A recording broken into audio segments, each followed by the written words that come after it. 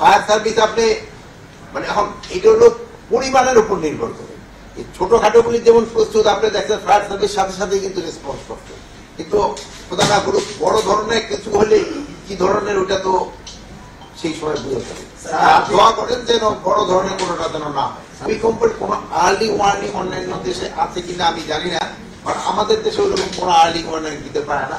তবু কেউ কেউ বলতেছিল যে 10 সেকেন্ড আগে নাকি একটা ওয়ার্নিং দেয়। অনেক দেশে নাকি ওরকম একটা অ্যাপ আছে এইটা 10 সেকেন্ড আগে দেয়।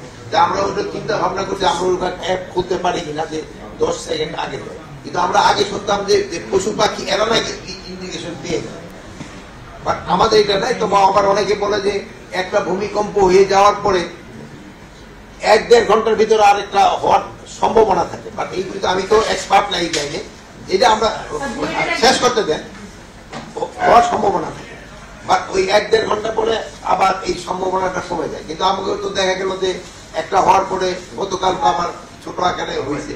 তো এইগুলি তো আমরা এক্সপার্ট না, এইগুলি আমরা নেক্সট বার ওই হয়তো আবহাওয়া যারা আছে এই ব্যাপারে এক্সপার্ট তাদের সাথে কথা বলবো।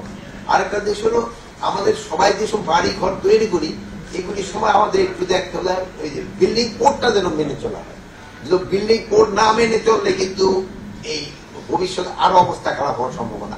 আরেকটা জিনিস হলো আমাদের জলাশয় ভরে ওখানে কিন্তু আমরা বিল্ডিং করে ফেলি, ওইগুলিও কিন্তু খুব একটা রিস্কি থাকে। প্লাস আমাদের দেখবে অনেক সময় একটা জায়গা রাখা হয়েছে যেখানে এই যে আমি বললাম যে 1 থেকে 1.5 ঘন্টা পরে আবার হইতে পারে বা এরকম একটা সম্ভাবনা থাকে বা যাই থাকে, কিন্তু ওই লোকজন গিয়ে কোথায় দাঁড়াবে ওরকম আমাদের দাঁড়ানোর মাঠও নেই অনেক জায়গায়। এই সবগুলির দিকে আমাদের ভবিষ্যতে যেসব এই যে সেই জন্য রাজুক সাজেরা যেসব প্ল্যান পাস করবে সেসব এইগুলির দিকে খেয়াল রাখবে।